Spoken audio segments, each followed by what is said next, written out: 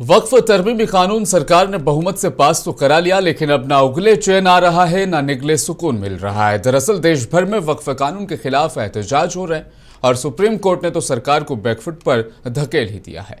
आज कोलकाता में भी उम्मीद ग्लोबल फाउंडेशन ने लोगों को वक्फ बिल के खिलाफ बेदार किया। इस प्रोग्राम की क़यादत वली रहमानी ने की है। देखिए हमारी खास रिपोर्ट।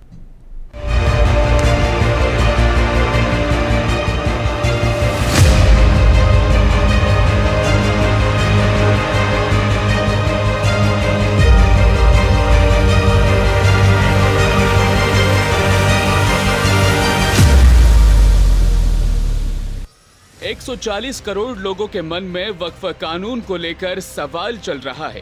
क्या सरकार इस कानून के जरिए से मुसलमानों से जमीनें छीनना चाहती है या फिर वाकई सरकार इस कानून के जरिए मुसलमानों की बेहतरी करना चाहती है? आखिर मोदी सरकार की मंशा क्या है? आज इसी सवाल का जवाब दिया है उम्मीद ग्लोबल स्कूल के चेयरमैन वली रहमानी ने। उन्होंने कहा, अल्लाह के नाम पर हलाल रोजी से बनाई गई जमीनों को हमारे बुजुर्गों ने हमारे लिए कुर्बान किया है, लेकिन सरकार अल्लाह की जमीनों पर कब्जा करना चाहती है। दरअसल आज कोलकाता के महाजाती सदन में वक्फ एक्ट के खिलाफ एक बेदारी जलसा मुनक्किद किया गया। वली रहमानी की क़यादत में इस प्रोग्राम में हजारों अफराद ने शिरकत की और केंद्र सरकार के खिलाफ हल्ला बोला। वाली ये है कि हम किस ज़मीन के लिए लड़ रहे हैं, ये कौन सी ज़मीन है? क्या ये ज़मीन किसी ने हमें दी थी? नहीं, ये ज़मीन हमारे बाप दादा ने अपने मेहनत की कमाई की, खून पसीने की कमाए हुए पैसों से अल्लाह के नाम पे किया। अभी ज़मीनें अल्लाह के नाम पर है।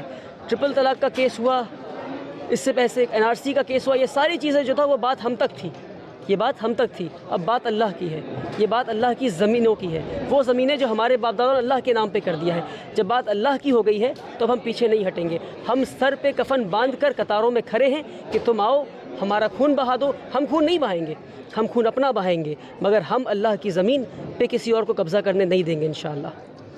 वहीं नाखुदा मस्जिद के इमाम मौलाना शफीक कासमी भी इस प्रोग्राम में शामिल हुए और लोगों से यकजहती की अपील की।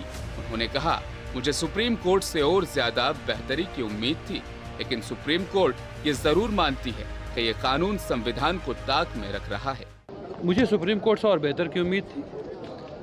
सुप्रीम कोर्ट ने चंद चीज़ों पर रोक लगाया है 5 तारीख तक, बाकी तमाम चीज़ें अपनी उसी हौलनाकी के साथ कायम हैं।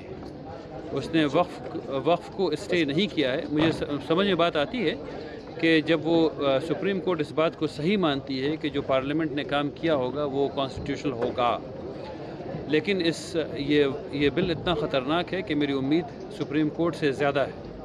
तो मैं समझता हूँ सुप्रीम कोर्ट को और ज़्यादा सख्त कदम उठाने की ज़रूरत है। सर, देखा जा रहा है किस तरह से ये अगली समाअत है, 5 मई को अगली समाअत है। सुप्रीम कोर्ट से क्या उम्मीद, क्या आशाएं आपको रखनी चाहिए? एक इस मुल्क का शहरी होने के नाते और कॉन्स्टिट्यूशन को थोड़ी बहुत जानकारी होने के नाते, हालांकि प्रोसीजर के वो मुताबिक नहीं है, लेकिन मैं ये समझता हूँ कि सुप्रीम कोर्ट को, चूँकि बिल इतना ख़तरनाक है, उसको मुकम्मल बिल पे स्टे लगा करके फिर सुनना चाहिए। उसको मुकम्मल एक्ट पे स्टे लगा करके और फिर सुनना चाहिए, ताकि वक्फ प्रॉपर्टीज़ ज़ाया ना हो जाएं। वक्फ बोर्ड में गैर मुस्लिमों की एंट्री और वक्फ बाई यूजर पर सुप्रीम कोर्ट की तरफ से केंद्र सरकार के जवाब आने तक लगाई गई 7 दिन की रोक को लेकर मुस्लिम तंजीमों में खुशी की लहर है, लेकिन और बेहतरी की उम्मीद अब भी बाकी है। ब्यूरो रिपोर्ट, मुंसिफ टीवी।